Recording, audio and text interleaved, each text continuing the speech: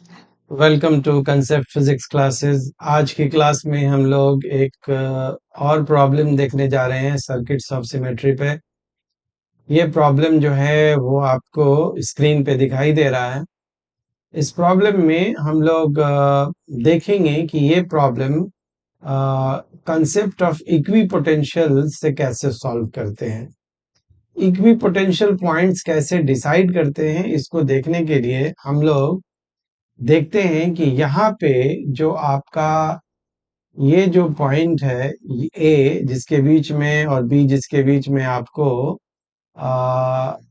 Equivalent resistance निकालना है, तो ए को आप एक एंट्री पॉइंट मानिए और ये जो एंट्री है, और यहाँ पर बी को आप एग्जिट कह सकते हैं, यानी कि करंट को ए से अंदर आना है और बी से बाहर निकलना है। ठीक है। अब आप एंट्री के और बी के रेस्पेक्ट में इक्वी पोटेंशियल पॉइंट सब देखना चाहते हैं, रिकॉग्नाइज करना चाहते हैं, तो हम लोग सबसे पहले इस पॉइंट को कंसीडर करते हैं। इस पॉइंट में आप देखते हैं, इस पॉइंट का नाम आपने यू दे दिया और ये पॉइंट आपने नाम दे दिया वी।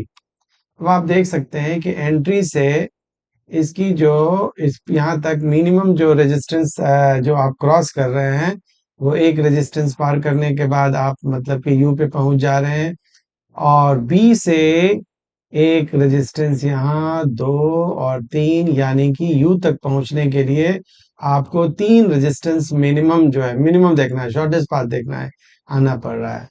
तो हम लोग सबसे पहले हम लोग क्या करेंगे कि यहाँ पर हम लोग ए लिख लेंगे और यहाँ पर बी, यानी कि एग्जिट और एंट्री पॉइंट लिख लेंगे, और फिर यू को देखते हैं।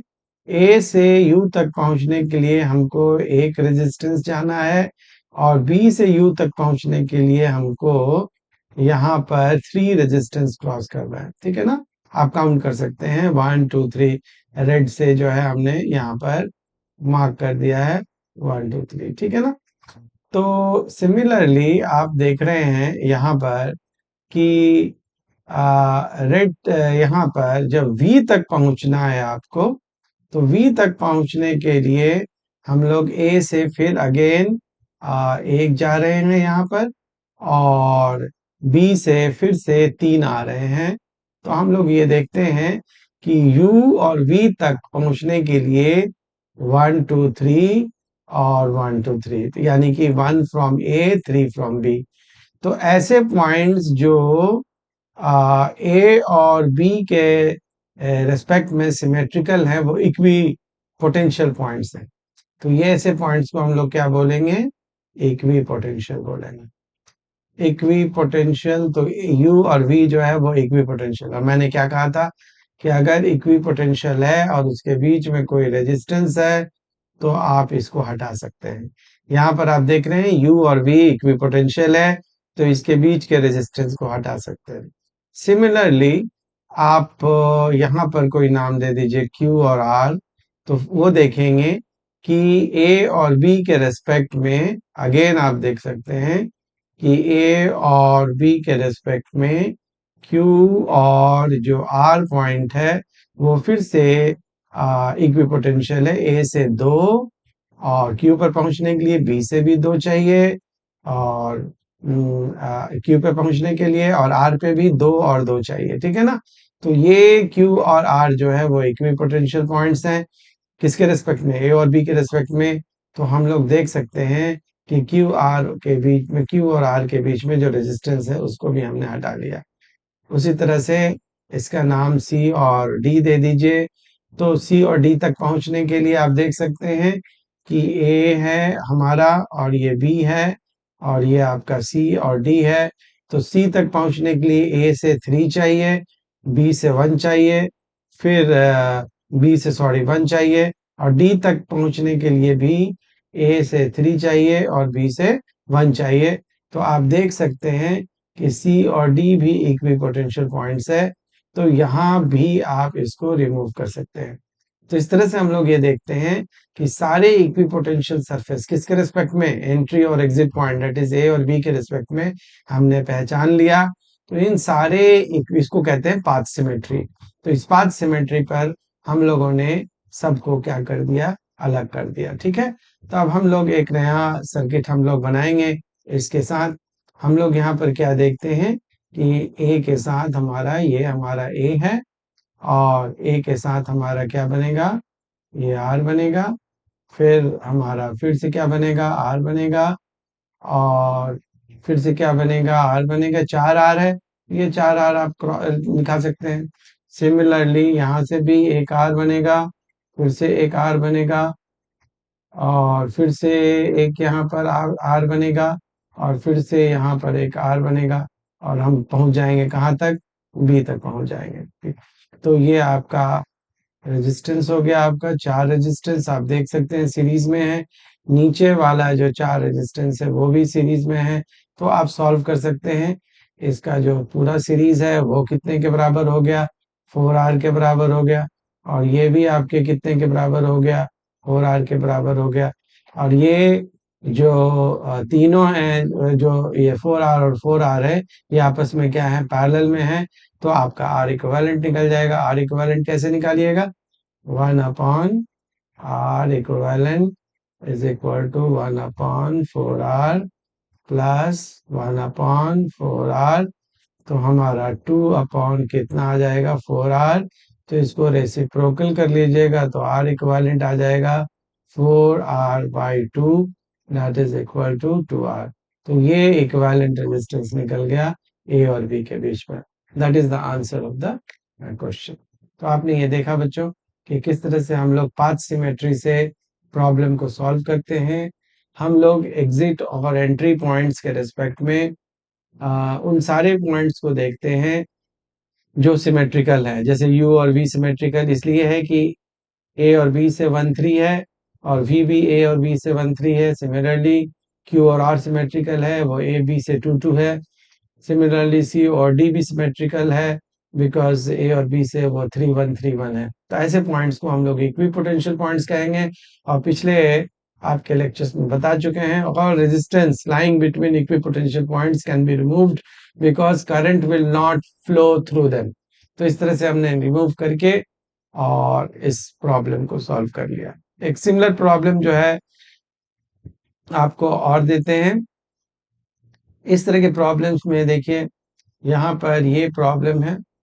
यहाँ पर इस प्रॉब्लम में आप देख सकते हैं कि सेम सॉर्ट ऑफ रूल जो है वो अप्लाई किया जाएगा। ये रूल जो है वो एकदम सेम रूल लगेगा यहाँ पे। आप देख सकते हैं ये प्रॉब्लम है। इसको हम लोग थोड़ा सा और बड़ा करके देखते हैं, इनलार्ज करके देखते हैं। तो ये प्रॉब्लम आपको नजर आ रहा है। इस प्रॉब्लम को मैं थोड़ा सा और क्लियर कर दूं कि हमको यहाँ पर इक्विवेलेंट रेजिस्टेंस निकालना है between A and between B. ठीक है ना। हम देख सकते हैं कि इसके बीच में एक 1 ओम का रेजिस्टेंस लगा हुआ है। यहाँ ये 2 ओम का रेजिस्टेंस है, ये 1 ओम का है, फिर ये 2 ओम का है, फिर ये 1 ओम का है, फिर ये 2 ओम का है।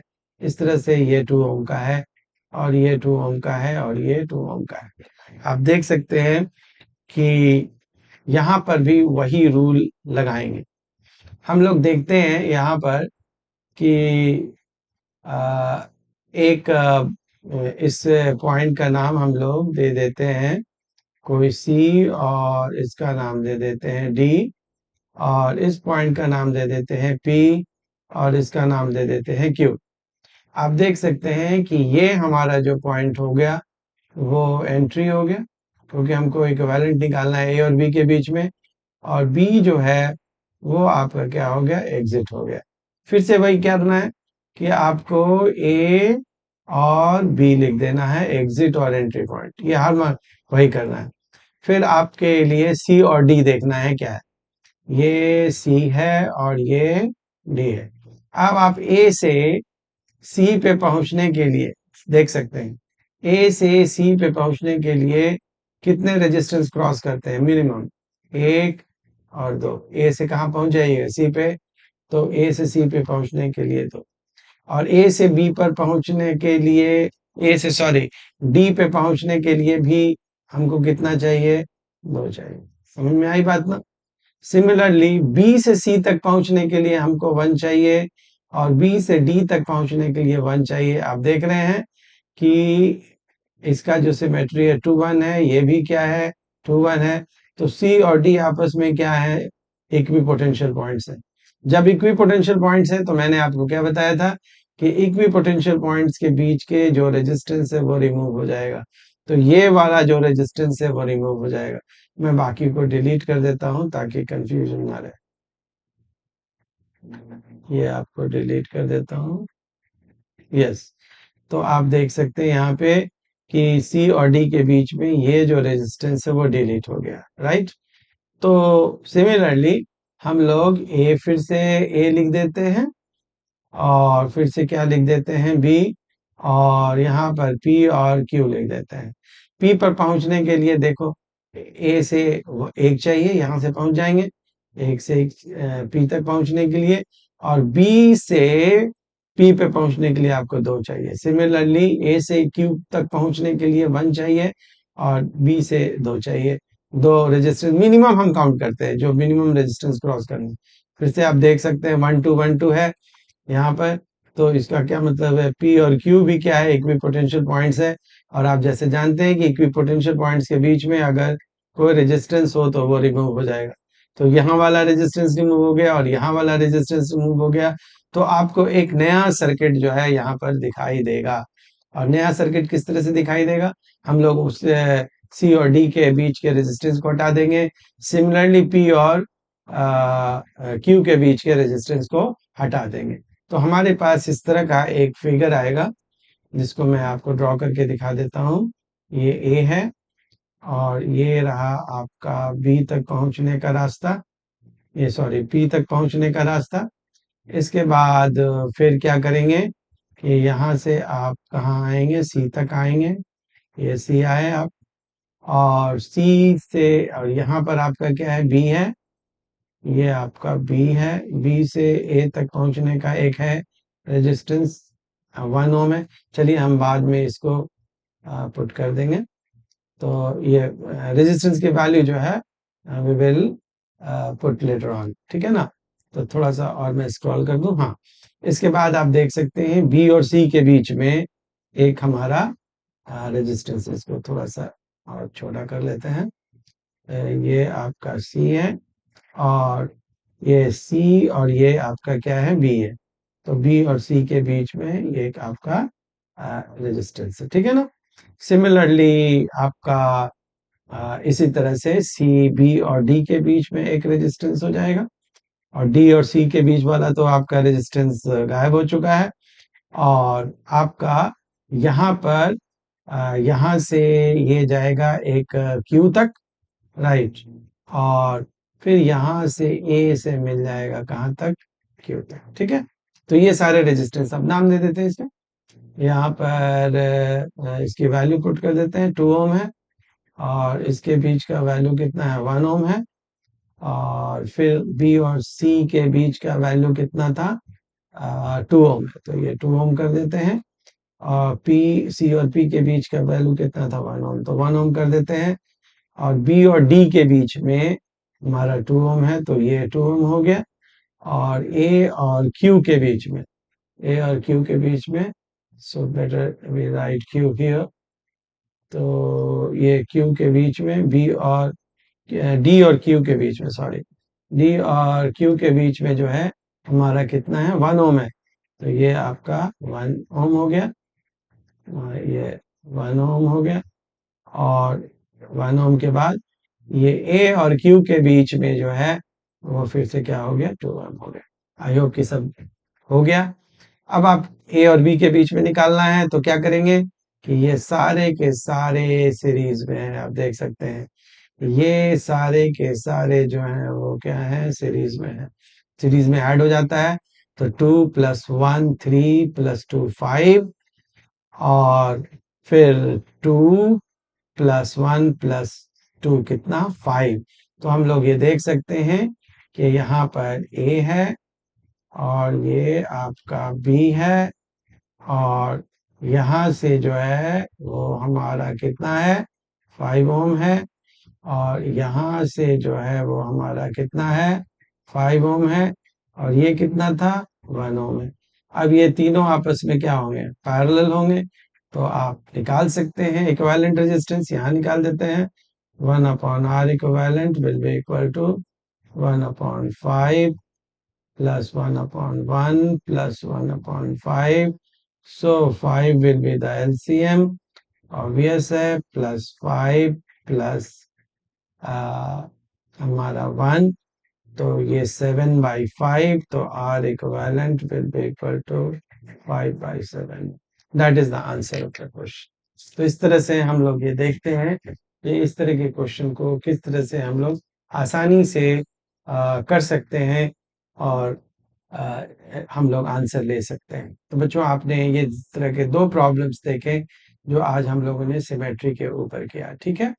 तो इस तरह से एक सर्किट्स ऑफ सिमेट्री का हम लोगों ने प्रॉब्लम सॉल्व किया।